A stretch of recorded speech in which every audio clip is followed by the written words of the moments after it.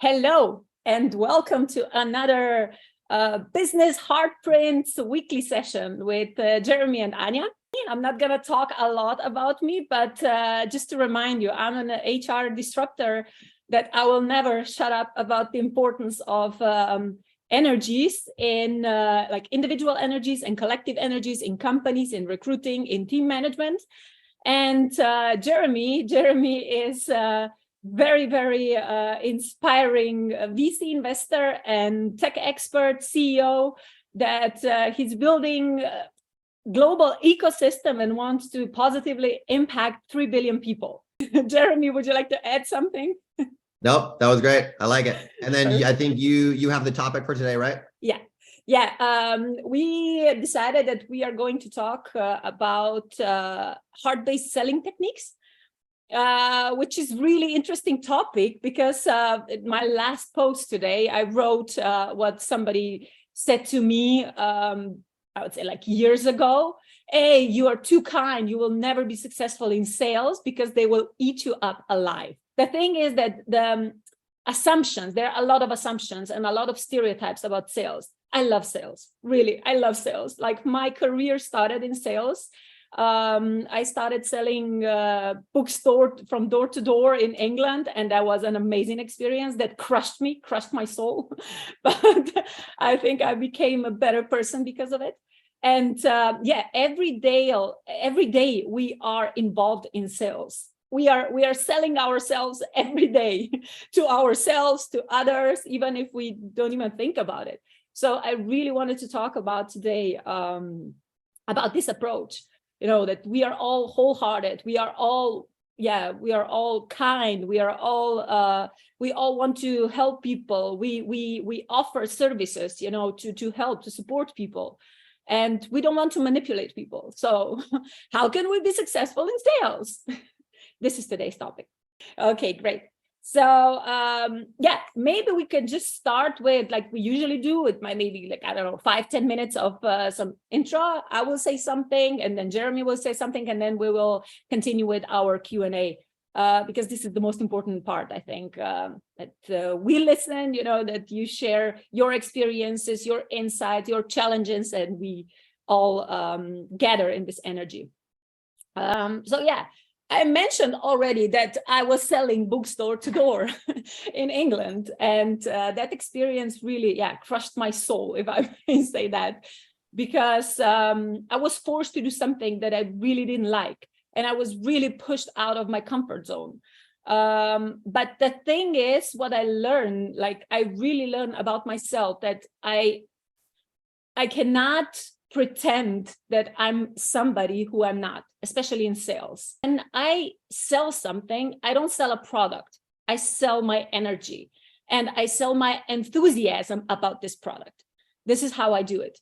And I mean, based on like the statement that somebody told me, like, Anja, you're such a golden retriever, you know, in sales. I was like, what does that even mean? It's like, yeah, you're giving, you're bringing that stick back, you know, all the time. You want to be likable, and you want to, you know, you want to have this good relationship with a person. I was like, what's wrong with that? I would really like to stress, like to emphasize the one thing that I really believe in, and that's transparency. I mean, I'm an advocate for transparency in sales process and authenticity, then building trust and relationship building. Like I cannot sell something to a person and then not have a relationship with that person, some kind of relationship, even if it's only like LinkedIn connection. And then, of course, active listening. Like, how am I selling things? By actively listening to somebody. When you say, or you probably heard about this statement, like if you want to have something, just ask for it. And if you want to close a deal, just ask, like, hey, do you want to buy this? And they will say yes, or they will say no. Okay, this is how I do it. Like, I mean, I really put a lot of heart in my selling process because I try to connect to person, and I don't want to push it. I don't want to overpromise. I always say, look, I'm not the ultimate solution, maybe I can solve like all your problems, but I cannot promise you that. Let's see where the synergy exists, and then we can of course learn from each other, because I always try to put the person, a client or business partner, whatever, on equal energetic level. Jeremy. I love it. Yeah. And just for new people here, we do about 15 minutes of just me and her speaking real quick. And then we do 45 minutes of Q&A, and we kind of dive into it because that's more interesting for all of us to kind of engage. So we'll do that. High level for me, heart-based selling, whether it's from the VC perspective and when founders are pitching me, or whether you're selling protein like companies I've worked for or whatever. I think of it in terms of the higher the price point, the more relationship building you're gonna have to do, right? Selling protein, whether you're selling protein or buying protein, right? $50, $80, whatever, that, wouldn't necessarily take as much of a relationship build as a car price at $2,000, $20,000, right? $50,000, or trying to raise investment for $500,000 or $1 million or $10 million, right? Like if I'm going to go give $1 million to somebody's going to have to go and build that relationship, right? You can't just go do a pitch off the street, right? A pitch deck's not going to be enough. You have to go build a relationship, right? So when we look at these, what we're calling kind of heart-based selling, right? When you think of a founder starting a company, I had a girl come and pitch me once. She was interested in meditation and wellness. It really, it has helped her life throughout her life. But then she came to me at one point and pitched a B2B software company as a company that she was going to run. And I was like, when you deal with customer acquisition challenges there, and when you're dealing with all kinds of math around, CAC to LTV ratios, et cetera, like that, you're not going to have a passion around it, because that's not what you've been telling me for the last year of your life that we've been friends, what you've been about, right? And so, she was happy and thankful for the conversation, and now she's pivoted into like doing a company around meditation and wellness and things that she's more heart aligned for, right? That she's been aligned for. And so when she goes to now sell, in quotes, that kind of a company, right, to an investor, to a customer, to other employees, those three categories, she's now going to have her heart behind it, because her whole life has been around that kind of a thing. It's impacted her, right? And so this is what the heart-based selling is, right? Don't go join a company and try to sell something that is not your alignment.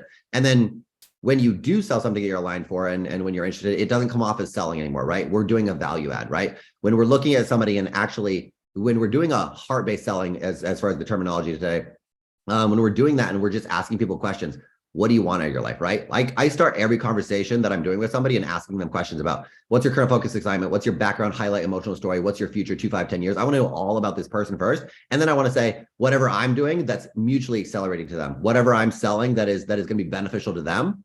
As long as we are adding value to people. Sometimes I'll add value to people for weeks or months before I ever even make a request backwards. And this is like the heart-based selling of where when you actually don't sell is when you actually make the sell, right? When people come in and pitch you in your DMs or pitch you as an investor or try to sell you something, we're all turned off to it, right? Because it's a taking. You can always measure the power give and the power take in relationships, and whether somebody's trying to pull in attention or whether somebody's just displaying credibility or whatever, you can feel that power in going between people, right? And so when we look at it from the salesy techniques, and you hear these like salespeople come in and they're asking all these questions and they're doing these scripts and they're really good at closing, you can feel the power take that they're doing, and it kind of comes off as fake questions. But when you feel like this softness in somebody's tone of voice, when you feel this slow, steady speed of like, I will spend weeks with you, months with you, I'm going to build a relationship with you, I care about you. And if this thing is valuable to you, cool, take the protein. Otherwise, I'm not going to try to sell it to you. If this is valuable to you, fund my company. Great. Right? When we actually look and care about the other person and find alignments, then we're actually getting into what we'll just throw as a heart-based selling kind of terminology. And terminology doesn't matter, but if we can actually do this worldwide, we're going to get a lot more alignment, right? Sales isn't just me selling something to you. This is a mutual transaction. This should be something that actually solves your problem, right? Every time I look at a company that I want to invest in, I actually have to look at what's the core problem of that company that what's the core problem of the customer, right? What's that customer's core problem? And then everything else is an accelerant. Building out an app is an accelerant. Selling is an accelerant. But like, what is that problem you're solving for the customer? Are you solving their fitness challenges? Are you solving their SaaS challenges and their sales problems or whatever for a company if you're B2B?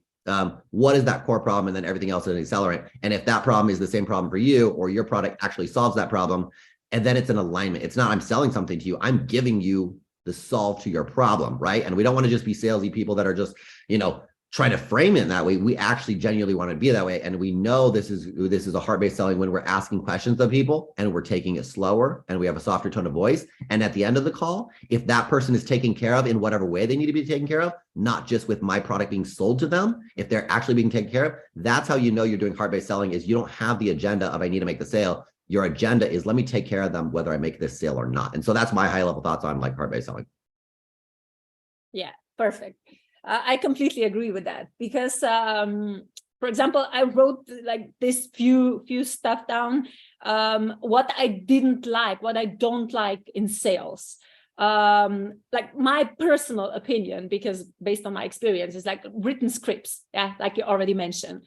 You can really feel when somebody is reading or like he's, like he learned, he's like taking words out of their head, not from their hearts, and he or she is trying to sell you something. And when I was selling books door to door, and when I was working in a phone studio, like selling studio, they were forcing me to say the script word by word, and this is really it's really difficult. Like you cannot be, if you are not that, I say not flexible, but if your spirit is very strong and you just want to do it, you feel it. Otherwise, it's very difficult to do that. So whoever is training sales teams, they should be really aware of that because people are different. And cold calling, cold visiting. At first, of course, you have to make some research because I don't think that, like cold calling and cold visiting is like, it can put people in uncomfortable position, and this generates negative emotions. But what we are talking about here are techniques that generate positive emotions. Yeah, this is how I see heart-based selling. And this manipulation, over-promising and pushing and convincing. Yeah, I think that I really believe that sales people can be super successful, without it. So I love that, like Anja, you'll go into companies and kind of transform their hiring processes and their HR a bit, depending, I know words can be different, but when you're kind of going in there and you're having them adjust their job postings, right? Yeah. To be from competitive and here's the best salary and here's the best perks, which attracts a competitive kind of talent, which then you shouldn't be surprised when your talent leaves and goes to another company because they have better perks and better salary, because that's what you attracted them with. You attracted them with competitive energy, right? Exactly. So when you're able to kind of change that wording on the job posting, when you're able to change the wording in the job interview and say, we're not going to be competitive in this. We're going to ask you questions. What do you want for your life? Employee that we're looking at hiring, what do you want for your life? And how can we help best mutually accelerate you? And give you the projects you want and the role you want. And if you want to stay here a year or two, we don't need to be the employer that says stay on for 5 or 10 years and stay on infinitely. That's not realistic. Every resume is, a year to 2 years. All the stats show that most people are leaving after a year, right? Anyway, so it's like, if you want to just be honest with people in the interview, and this is like heart-based selling in a sense of like when you're bringing somebody on to your company, it's another form of heart-based selling, right? Based on alignment. Alignment comes through asking people questions first. This could be a significant other, this could be a friend, could be anything else. If you're selling an idea, it's not even selling. It should just be what's mutually aligned for us. And we can only do that through asking questions first. So you're doing a heart-based selling when you're asking questions first. What do you want in your life?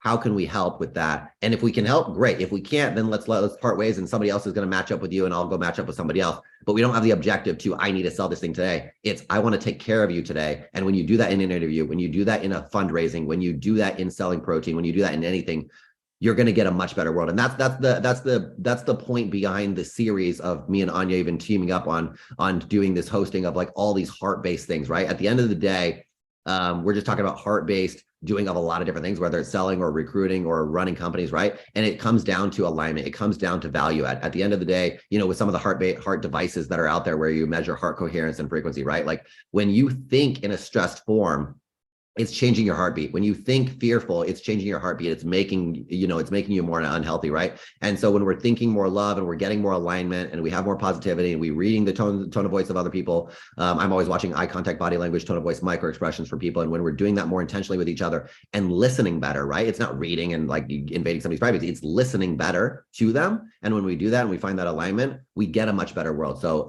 the overall kind of objective with this series is getting people in more alignment and raising that heart coherence. You should literally, after me and her doing a lot of these series of calls and inviting guest speakers and different doctors and people that we on this show with us, we should be able to get more aligned people in the businesses and in the conversations that they're doing. And we should literally have a measurable raise in heart coherence for the world is a high level.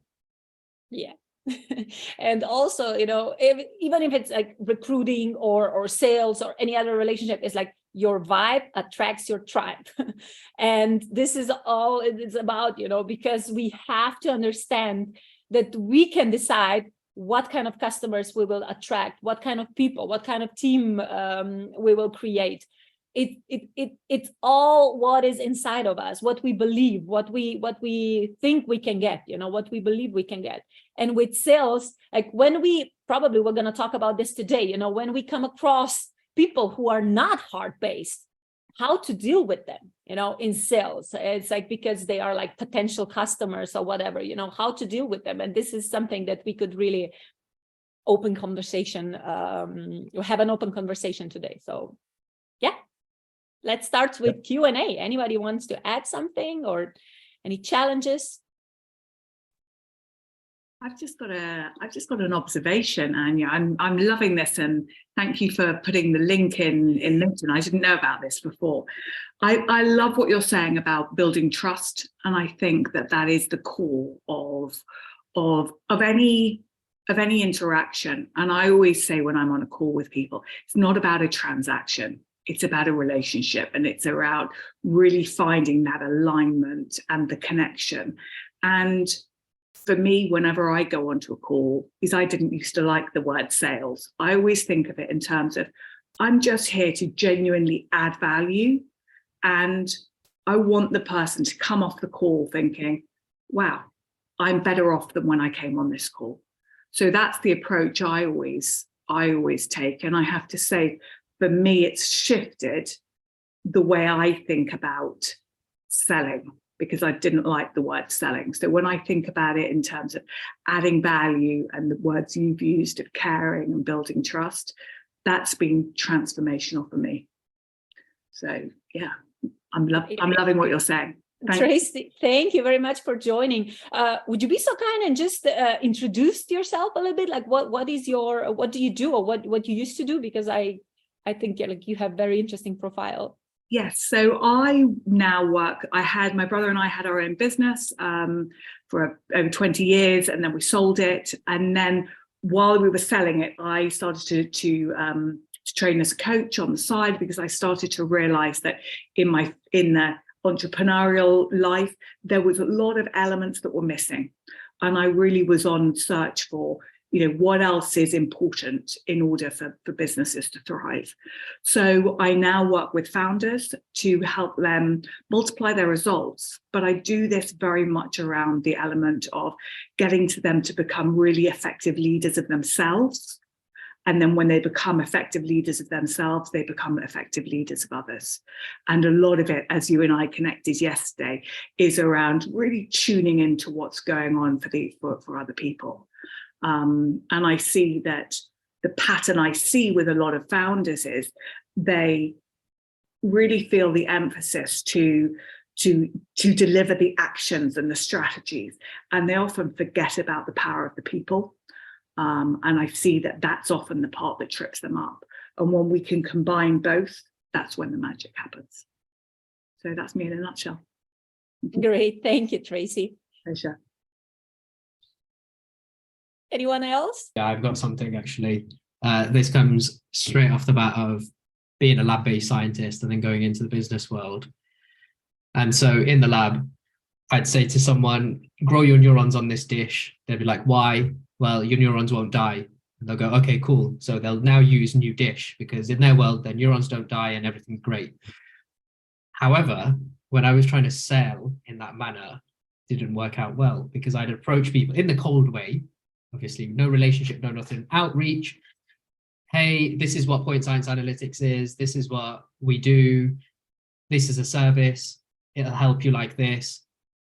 So are you going to buy? Is essentially how I would end the message. It wasn't quite as blunt as that. Safe to say 9 times out of 10, it would be a no. And that one occasion, somebody would be curious and they'd ask a question, and then I'd get on a call. They were like, oh, actually, you're really enjoyable to speak with, you're personable, you've got great skills, you explain things well, you're very warming. And as I did more and more calls, these things picked up more and more. So my method of selling in terms of like the calls were down here and being human and me. And then the logical science way of doing things are like, hey, this will save you time, money, and it's great. Go and buy it. Go now. It actually shifted.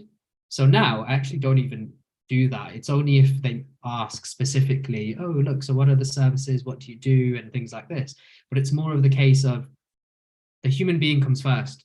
And in my instance, the heart and the mind had this separation. So the mind was working a lot of the time, and then the heart would be like, oh yeah, why did you do that? But now they're linked. So the logic goes with the feeling comes with the logic, and then it's transported across even on Zoom. And for me, that was been a big game changer, because everybody spoke about value, adding value, selling without selling, or selling the feeling. Like I always say, I'm using a MacBook Pro. Like, why? Well, I feel special. I feel like I'm part of this club. Like, there's no club though, but I've got that feeling.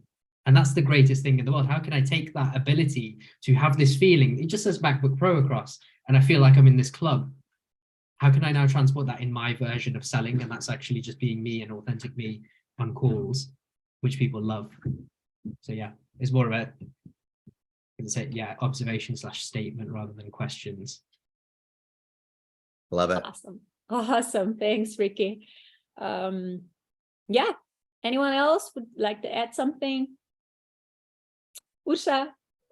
Hi there. Yeah, I love everything that's being said. I think I had a similar journey, a similar experience coming from, like the psychology background, and only interested in, really connecting to the people and the heart. And that I think I had to do a lot of like clearing my own limiting beliefs. And I think since I work both, with people and their own like system of parts and beliefs who sometimes get transfers through generations, I feel like there's also, like this, negative experience people have had with sales that got in the way a lot of the time. For me, it was really interesting, like, selling, just noticing association to, the word selling itself, and then like selling yourself, especially for women. In the past, I think there was so much negative association, like, whoa, if you're selling yourself, woof, right? So it's really interesting to look at how we look at things in a way. And for me, it did help to have like a little plan, I guess, where I would be really curious in the person and how this issue is affecting them and how I can help them. And I even start off sessions in this manner, always connecting to what people are struggling with, and then having this vision of where you can take them, right? But I think it really is important that you're aligned with and also maybe have the faith that you can take them there, in a sense, like I think Jeremy was saying before, solving problem and knowing that you can solve the problem. It's really interesting for me, like from the psychological point of view and vibrational point of view as well, like what are all the parts again that are involved in this? What parts of you have that belief, and what parts of us are still triggered, based on some of the experiences from our own life or from the past that are like, this is scary, this is dangerous. And I think it's really, I think it's so important for people who have an important mission and who have something valuable to have a shift in the paradigm, or just a shift in the way we view sales, right? And I think it's it's so cool what everyone's been saying today. It really is about adding value and about connections. And I think sometimes there's also, like, again, from the healing psychological perspective, really what I find interested is like the link between attachment and how we've learned to grow or nurture relationships and attachments in our own life. And it's always, it's in a way reflected in how we run our businesses as well.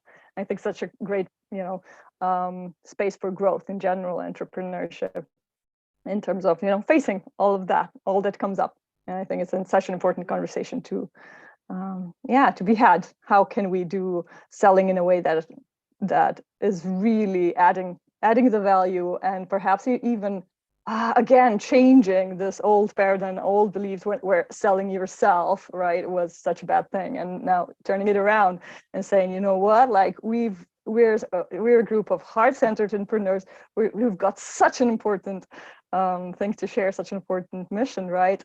And yeah, selling should just be part of this, heart energy as well. Yeah, just my view on that. Thanks, Usha.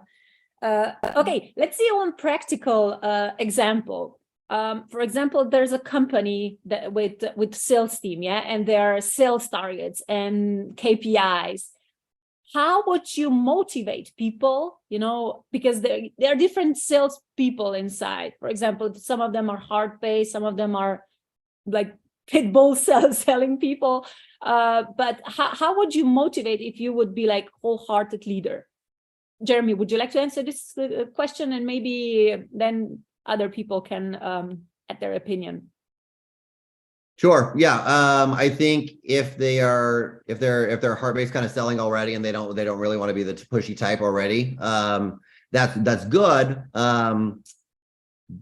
But we're going to want to modify them a little bit to be still aware of KPIs, especially if there's a salesperson in the organization. So we still want them to be heart-based and ask questions first, learn about the person, and find out if it's aligned, and not push it on people, right? We want to make sure that they're not pushing it, which is going to be easier with the heart-based selling and then the non-pushy. But then, so we want to take the heart-based person and get them a little bit more KPI driven, because if they're very, very heart-based, they're probably going to be like, I might not make a sale or not. But we want them to be a little bit more focused and just learn to ask the questions, learn to find the alignments better, as opposed to just being very relaxed, being very relaxed and non-pushy. Like, we don't want to be pushy, but we can say, increase the focus in finding those alignments and be better at finding those alignments, because probably if somebody, if they're in your inbound, you can probably find those alignments, and you're probably losing some sales by being a little bit lackadaisical, right? And so by focusing on finding those alignments and being better at that, we can improve the sales metrics and KPIs of a heart-based person. On the other end of the spectrum, if we have this person over here who's very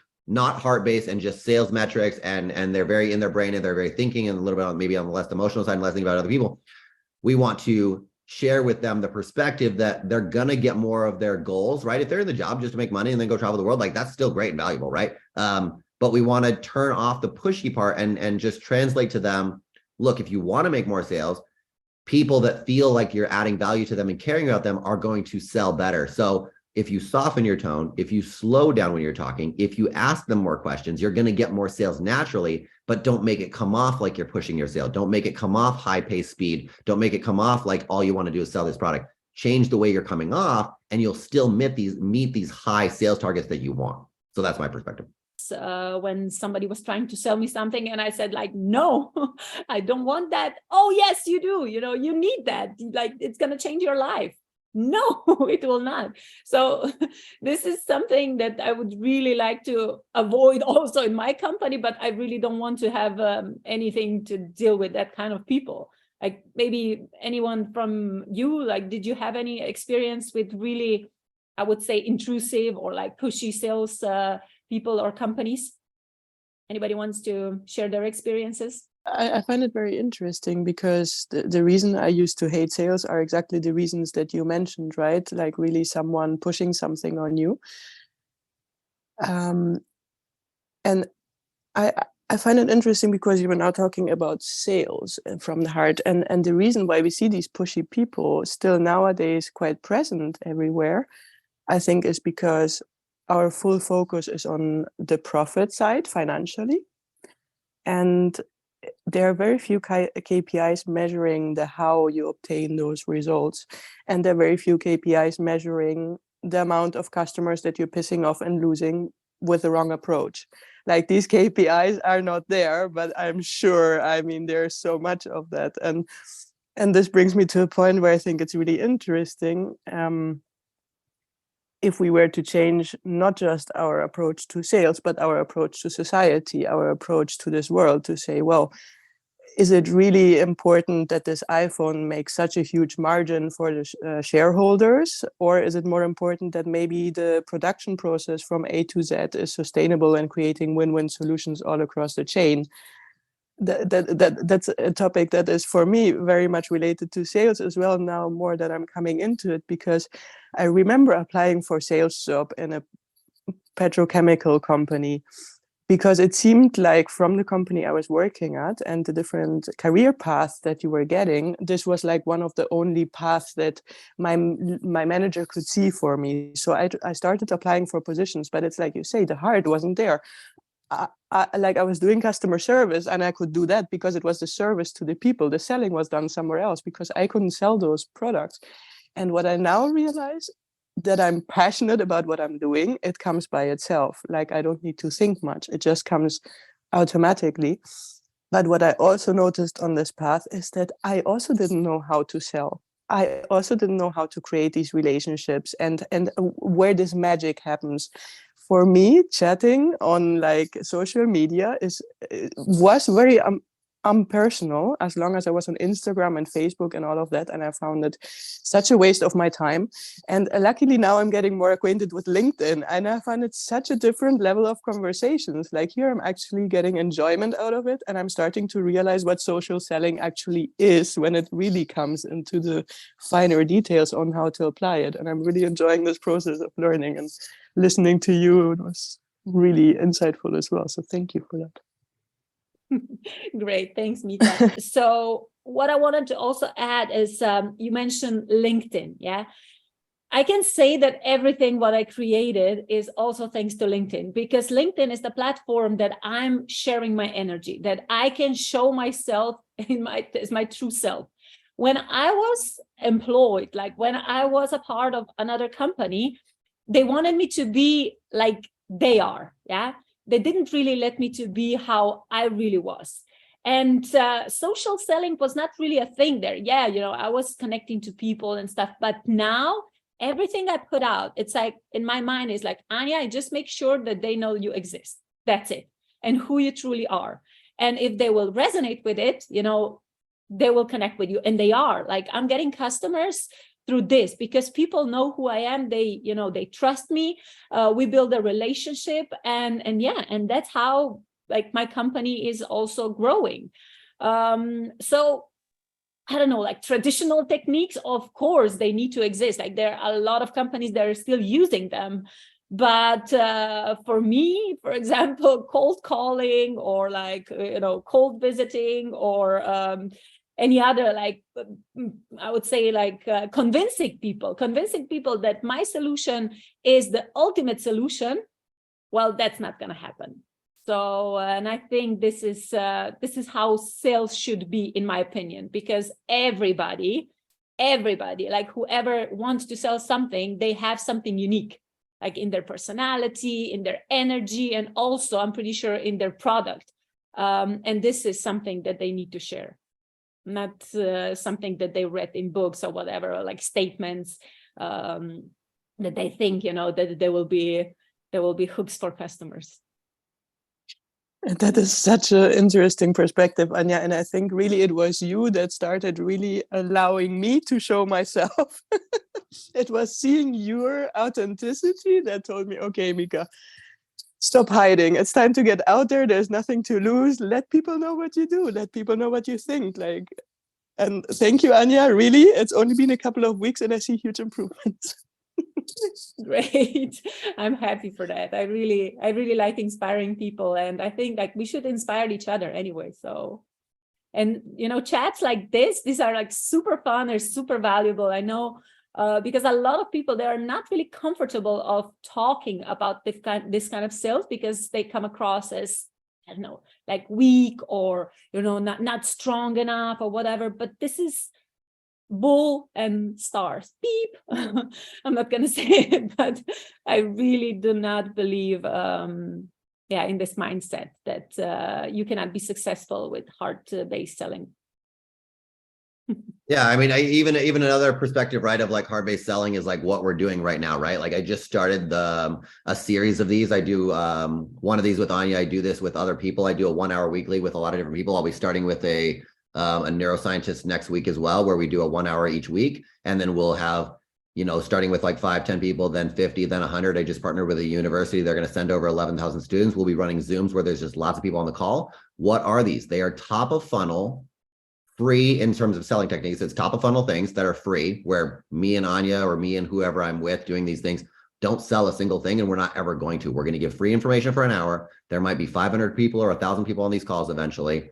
And people there'll be increased demand for whatever value that we're providing. And if they want to fall down the funnel to a product or service, they can. They'll go to the LinkedIn, they'll decide to fall down and buy a service from me or Anja or the neuroscientist or whoever, all the different people that I partner with, right? But we're never going to sell anything, right? And the intention is to just add value. We want to add value. That's what the free top of funnel does like this. And that's what the bottom of funnel things do at a higher price point, right? So naturally, the demand will build up at top of funnel in a free call where not everybody gets their questions answered, especially when we get to 50, 100, 500 people, 1,000 people on the calls. And then people will just naturally fall down the funnel. That's another way of heart-based selling as opposed to cold DMs, cold emails, etc.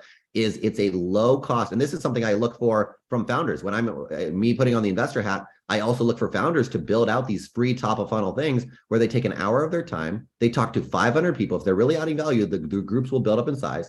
They talk to 500 people, it builds up demand, and then people fall down the funnel. And that is something that I can go and invest in, and I can see that somebody can build a repeatable sales model, right? And so we're just getting started in these, and it'll take weeks to build up a flywheel. But there's a momentum science on building up the flywheel and getting people to share and getting more people to come to the free top of funnel by starting to add value and then having people share it, because if they find enough value, they do it, right? Now you don't have to rely on a CAC to LTV ratio of paying for the average $50 CAC on a product, on advertisements, or even trying to win the algorithms on social media platforms. You just start adding value. It is the most minimal form. It's ultimately an MVP of your product, right? Whether it's the HR kind of heart-based stuff that Anja is doing, right? Whatever terminology you still want to use, or whether it's the founder and leadership coaching or people development that I do, right?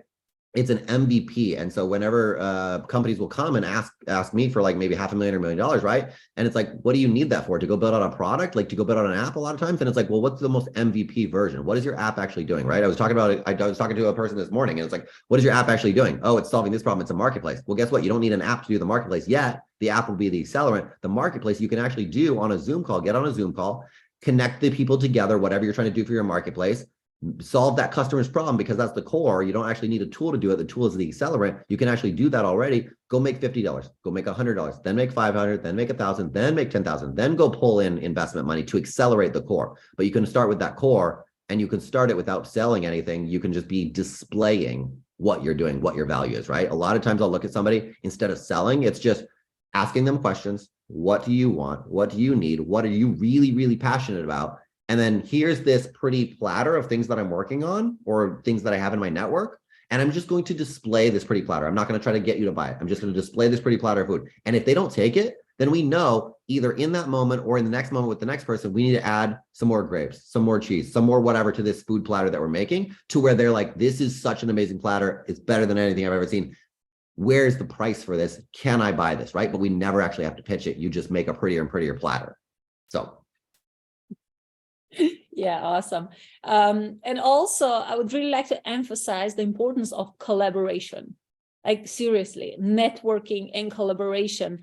I don't know if you saw on LinkedIn, but I kind of invented this word superstition, which means support, not competition. Okay, I don't believe in competition. I really don't believe in competition, because we are all unique, and together we can do so much better, like everybody. And with sales, it's the same.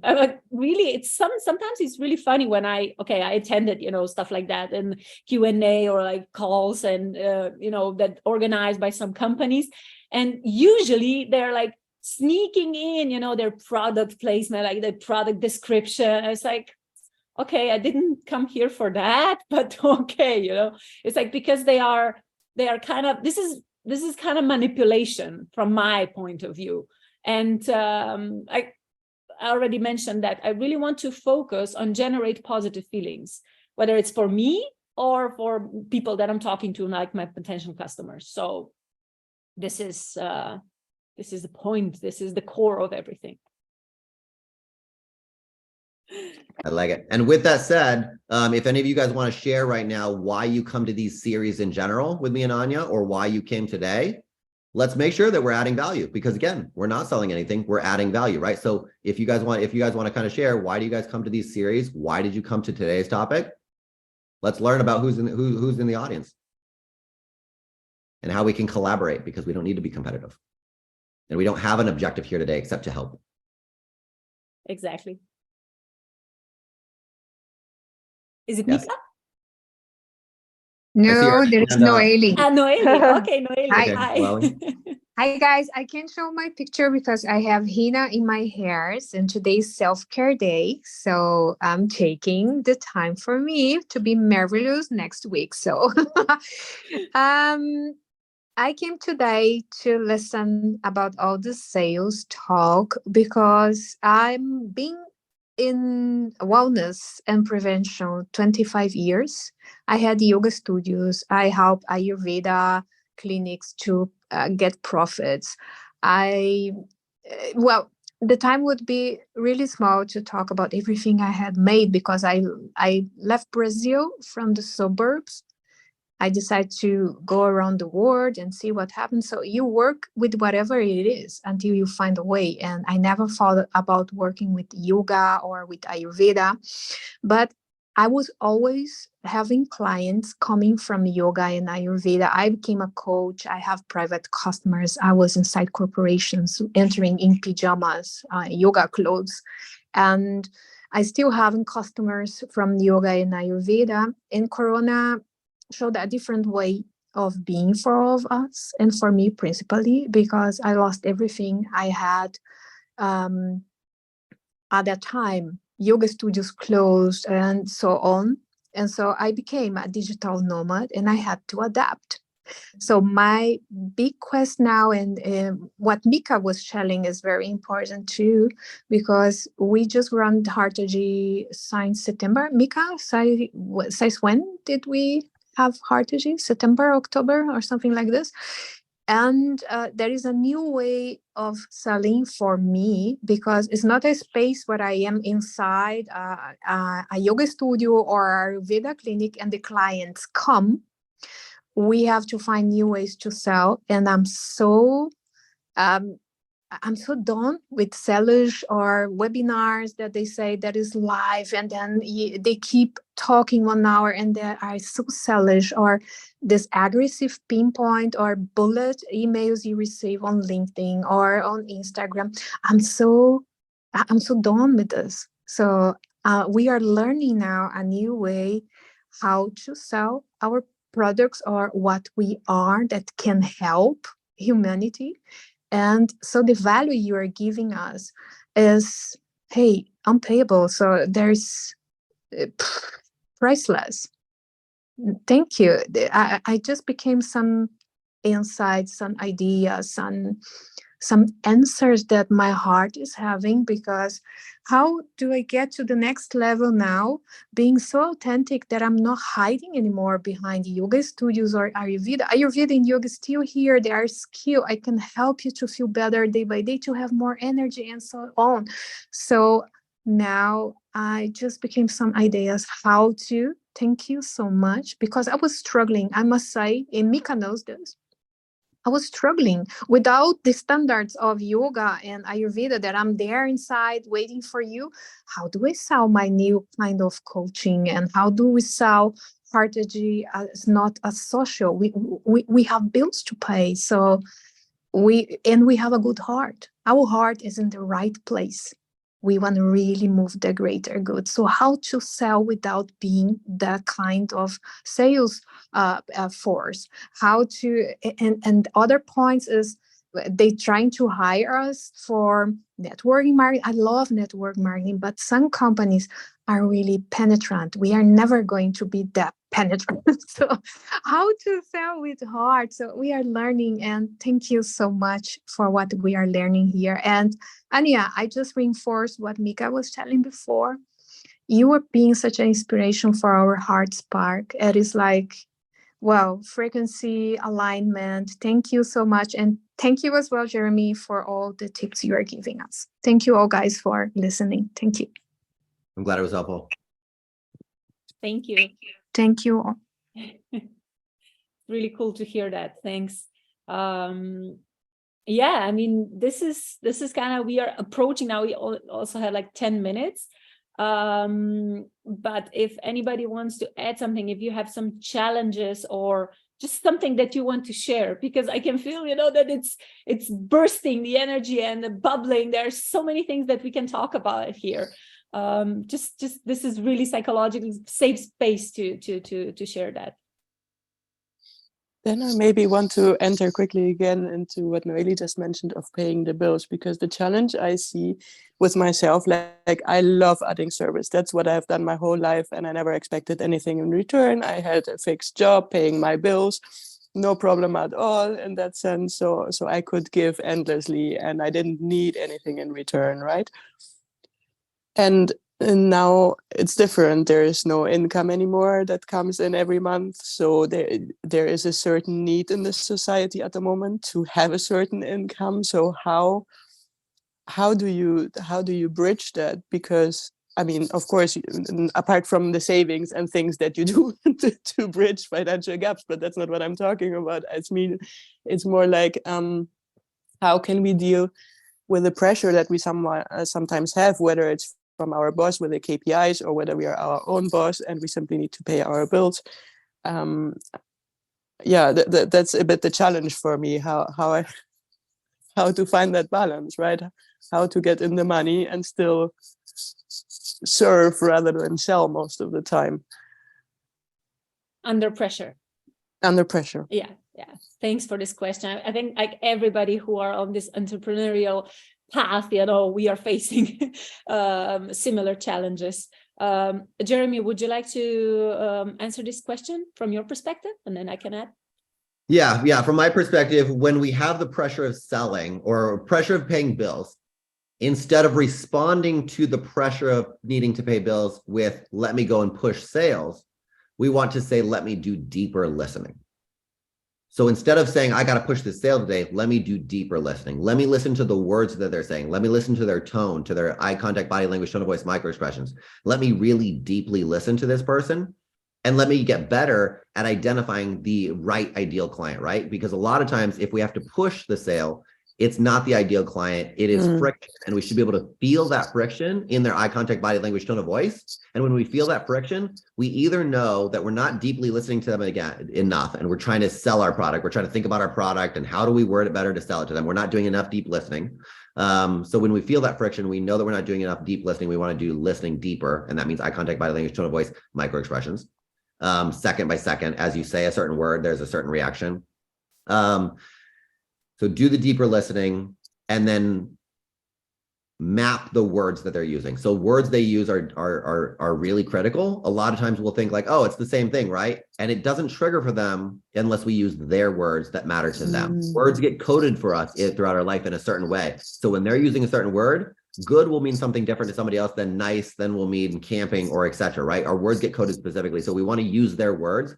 And then where we can't, we can map, but we don't want to force mappings. We just want to say this is a mapping, and then we want to see them nod their head. Okay, yeah, that mapping makes sense. Not, nope, there's no connection there. Like, so we want to look at it from a mapping perspective after the deep listening. Deep listening first, use their words second, mapping third, and then if they're not aligned, you have to be willing to walk away quickly and move to the next person that is aligned, because you can spend an hour with somebody that's not aligned and you'll sell it in 5 minutes. Sell it in quotes, right? Because we're not selling. We're actually, I'm going to map a word right now. It's not sales. It's finding mutual alignments is ultimately what we're doing. And you can find mutual alignments with somebody that you're truly aligned with. You'll find that in minutes. You'll be like, I think this, I think this, I think this. And you'll be like, why do we agree on so much? Like, let's, this works for significant others. This works for relationships. This works for idea. When we want to think about selling, forget about the word selling. Think about a mutually accelerating alignment, mutually accelerating synergies. And think of every person as a friend, founder to investor, employee to whatever, just like, how would I treat this as a friend? And listen to them and care for them. And we're going to accelerate the sales that way. And if we're not aligned to be friends, let me go find that alignment with somebody else, because I will find alignment with somebody in minutes as opposed to an hour pushing. So when you feel the friction, you just know there's less of alignment, or we need more mapping, or we need to look at their words. Yeah, awesome. I kind of wanted to say something similar, so you perfectly wrap this up. Elena, I'm sorry, before I saw that you unmuted yourself, did you want to add something? Hi everyone. I mean, I just came because I know Jeremy and Anja, and I knew it's gonna be amazing. I don't know. I'm not selling anything right now, but I might do in the future, and I thought it was just very, very interesting. Perfect.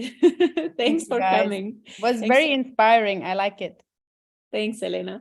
So what I also wanted to add here, like what Jeremy said, is my focus is now, to put myself out there, that people know that I exist, that I can share my energy, that I can share my insight, I can share my knowledge, but also to communicate on their level. Yeah, because when I start talking to HR managers or to CEOs about the energies, nobody will understand it. Like, there are not a lot of people who really understand what I mean. But when I start talking about culture, and then I kind of lead them, I pave the path to the energy concept, then it's so much easier. So we need to understand how they are thinking. We need to understand how they are seeing stuff, because we are the expert, and we cannot expect that they will be on the same level, that they will see stuff, that they will see solutions, possible solutions, or the world, or situation,